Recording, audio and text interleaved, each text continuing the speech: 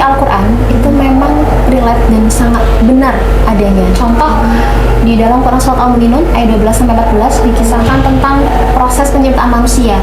Manusia itu kan dari saripati, kemudian menjadi segumpal darah, kemudian menjadi segumpal daging, kemudian ada tulang belulang yang dibungkus dengan daging, dan itu sesuai dengan ilmu sains. Jadi kita emang ada susah tidak percaya kecocokan ada gitu ya? kecocokan.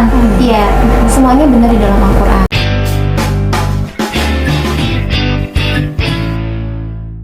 Assalamualaikum warahmatullahi wabarakatuh. Halo Sobat Span6, kembali lagi di Kronik Span6 ngobrol asik seputar Span6. Gimana nih puasa kalian teman-teman?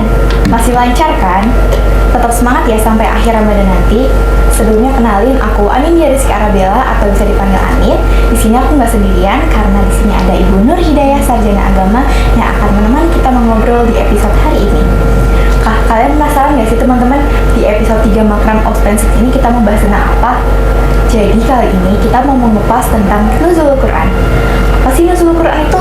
Nuzulul Quran adalah momen atau peristiwa penting diturunkannya Al-Quran kepada Rasulullah kita Nabi Muhammad SAW pada 17 Ramadan.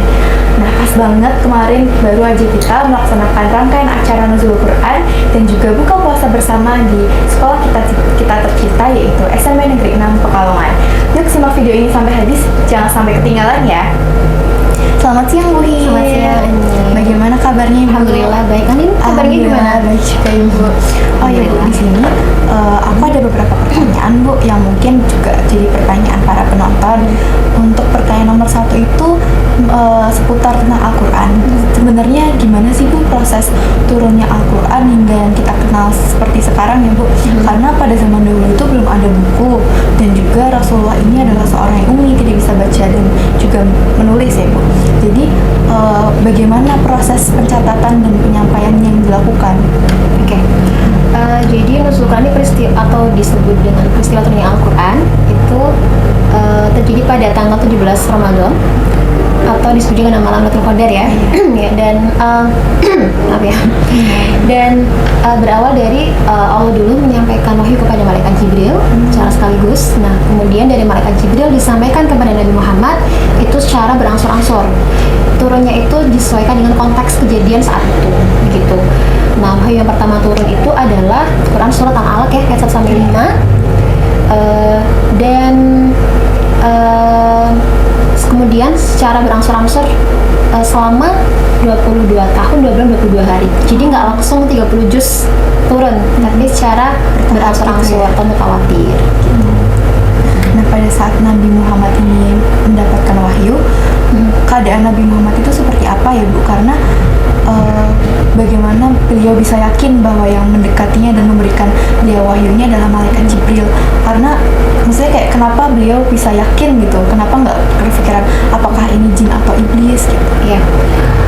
Jadi waktu Nabi Muhammad di Gua Hira, Nabi Muhammad ditemui oleh malaikat Jibril dan menggigil ya, takut menggigil, merinding begitu.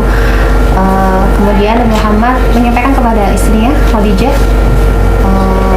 namun Khadijah menenangkan Nabi Muhammad bahwa itu memang malaikat Jibril. Engkau adalah orang baik, engkau adalah orang bijaksana, itu pasti malaikat Jibril. Dan malaikat Jibril berwujud waktu menyampaikan wahyu kepada Nabi Muhammad itu wujudnya seorang laki-laki yang bersih dan rapi gitu. Lalu malaikat Jibril berkata kepada Rasulullah, ya Rasulullah, iqra, bacalah. Lalu Muhammad menjawab, ma ana biqari. Tapi malaikat Jibril mengatakan lagi iqra. Lalu Nabi Muhammad membaca Quran surat Al-Alaq ayat 1-5. Jadi wahyu pertama yang turun itu Quran surat Al-Alaq ayat 1-5. Jadi turunnya berangsur-angsur. Nanti turun lagi surat lain sesuai dengan konteks kejadian saat itu. Nah, tadi pertanyaan yang pertama, kan waktu itu belum ada buku ya Bu. Gimana caranya kok zaman sekarang sudah ada mushaf? Kita Muhammad menyampaikan kepada manusia, kepada umatnya, itu disampaikan. Kemudian ada sahabat yang bernama Zaid bin Sabit itu yang bagian mencatat, begitu. Sahabat Nabi Muhammad. Ya, sahabat Nabi Muhammad itu yang bagian mencatat. Kemudian ada beberapa sahabat Rasulullah yang lain yang memang memiliki kecerdasan yang tinggi, jadi hafal. Jadi saat itu banyak para penghafal Al-Quran. Nah, kemudian timbul masalah ketika ada perang. Nah, banyak para penghafal Quran yang gugur. Kemudian saat itu ada yang mengusulkan kepada Khalifah Abu Bakar waktu itu, ini banyak para penghafal Quran yang gugur, takut Al-Quran nanti musnah, dibuatlah pengumpulan mushaf Al-Quran. Pengumpulan mushaf. Iya, jadi kan dulu belum ada kertas ya, jadi nulisnya ada yang di kotak kurma, ada yang jadi dikumpulkan jadi satu, dan sampai sekarang alhamdulillah sudah berbentuk seperti buku. Iya, jadi awalnya dari itu dari sahabat Rasulullah Zaid bin Sabit dan mencatat. Setelah Rasulullah ini yakin bahwa beliau adalah utusan Allah, bagaimana sih cara beliau meyakinkan umatnya bahwa beliau ini adalah Rasul dan sudah mendapat wahyu dari Allah? Oke. Ini kita bahas dulu. Jadi Rasulullah ini kan memiliki mukjizatnya apa? Salah satunya Al-Quran ya. Nah, jadi Allah itu memberikan mukjizat kepada para rasulnya itu sesuai dengan kebutuhan. Misalnya kalau Nabi Musa saat itu banyak umat saat itu yang pandai sihir. Makanya Nabi Musa mukjizatnya apa? Nabi Musa itu yang membelah lautan ya, kemudian yang merubah tongkat menjadi ular. Nah, saat Nabi Muhammad, masyarakat Arab itu di sana mereka banyak penyair. Mereka memiliki sastra yang sangat hebat gitu. Jadi turunnya Al-Quran itu juga salah satu untuk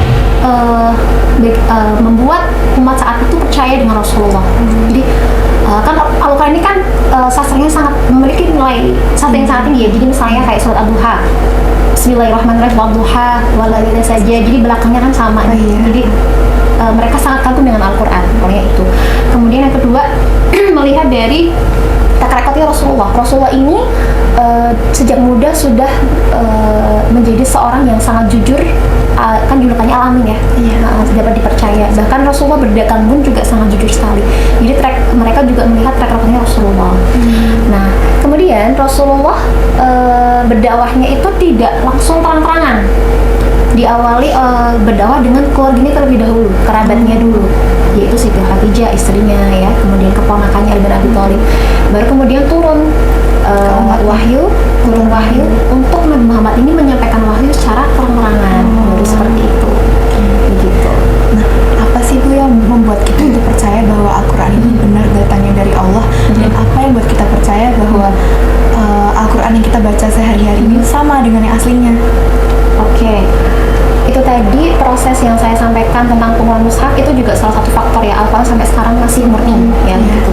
Kemudian yang kedua, isi Al-Quran itu memang relate dan sangat benar adanya. Contoh di dalam Quran surat Al-Mu'minun ayat 12-14 dikisahkan tentang proses penciptaan manusia. Manusia itu kan dari saripati, kemudian menjadi segumpal darah, kemudian menjadi segumpal daging, kemudian ada tulang belulang yang dibungkus dengan daging, dan itu sesuai dengan ilmu sains. Jadi kita emang ada susah tidak percaya ada kecocokan. Iya, semuanya benar di dalam Al-Quran.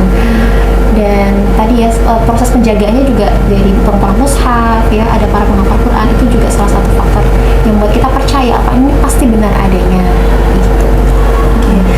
Alhamdulillah ya Bu, kalau kita sudah yakin bahwa Al-Quran ini memang mukjizat bagi Nabi Muhammad SAW.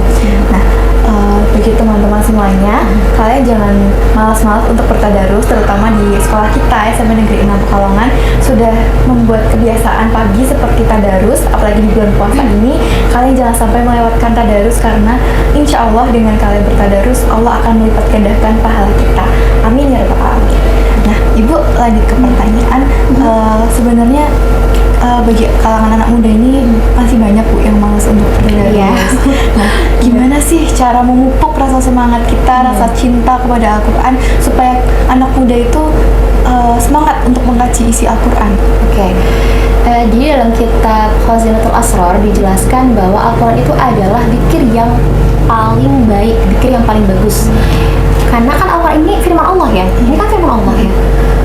Di dalam kitab Khazinatul Asrar dijelaskan Al-Quran ini gini, ibaratnya Allah itu memberikan, kamu kalau di wedding, kamu ada prasmanan ya, ada prasmanan, pas puasa ngomongnya ya, ada prasmanan, ada berbagai macam makanan, terus kamu nggak makan, kira-kira yang punya acara kecewa nggak sih? Iya, kecewa. Sama dengan kita, sama dengan Al-Quran, Allah menyediakan Al-Quran, ini loh dibaca, kok nggak dibaca, kecewa dong, itu yang nomor satu. Kemudian yang kedua, sudah ada penelitiannya bahwa kalau kita membaca Al-Quran itu bisa membangkitkan saraf otak kita sehingga meningkatkan kemampuan kognitif kita. Begitu. Jadi menurut saya sayang sekali kalau kita nggak baca Al-Quran. Karena semua indera kita tuh bekerja, ada mata, ya. Karena seluruh tubuh kita juga diciptakan dari Allah. Dari Allah, iya, dari mata. Kita kan kalau baca Al-Quran Mendengar. nggak berbisik-bisik kan, Iya. dengan bersuara kan, ya. Ada mata pengen kita bekerja. Nah itu bisa membangkitkan saraf-saraf otak kita. Jadi kalau kamu merasa, Bu saya kok belajar kok susah ya Bu, nggak ngerti-ngerti, nggak paham-paham, kamu ambil air wudhu, baca Al-Quran dulu. Insya Allah kalau habis baca Al-Quran itu lebih mudah paham dengan apa yang kamu pelajari. Nah, mungkin tadi kita sudah sharing-sharing tentang ilmu dari nuzulul Quran. Apa sih Bu hikmah dari mempelajari ilmu nuzulul Quran itu? Ya, tadi sudah saya sampaikan bahwa proses Al-Quran itu kan memakan waktu proses betulnya Al-Quran ya, itu kan memakan waktu 22 tahun, 2 bulan, 22 hari. Itu berarti bahwa kita belajar apa arti sebuah kesabaran, ya. Kita harus bersabar dalam menjalani hidup, sabar menghadapi cobaan, seperti itu. Dan kemudian dengan peristiwa nuzul Quran, kita lebih mencintai Al-Quran, lebih tidak, kita itu kebalik ya, jadi kita sering buka HP, Al-Qurannya enggak kan. Nah semoga dengan kita belajar Al-Quran, kita jadi lebih sering buka Al-Quran, firman Allah tersebut. Dan tadi ya, seperti yang saya sebutkan di dalam kitab Khazilatul Asrar, disebutkan di sana bahwa zikir yang paling utama adalah membaca Al-Quran. Kalau misalnya ini kamu teman-teman ya malas zikir yang duduk lama anteng gitu, ya baca Al-Quran aja gitu, itu adalah yang paling utama begitu. Baik Bu, terima kasih. Ya, sama-sama ini. Baik teman-teman semuanya, sudah cukup lama kita mengobrol bersama Ibu Hit. Terima kasih Ibu sudah menemani kita mengobrol di episode 3 Makram Ospen 6 kali ini. Nah teman-teman, semoga dengan podcast hari ini kita dapat mengambil kesan positifnya dan juga kita mendapatkan kelancaran di hari-hari kita. Jangan lupa klik tombol subscribe dan juga like di bawah ini. Jika ada pertanyaan, bisa kalian cantumkan di kolom komentar ya. Semoga kita semua selalu dalam lindungan Allah Subhanahu wa Ta'ala dan juga dilancarkan ibadah puasanya. Amin ya rabbal alamin. Terima kasih.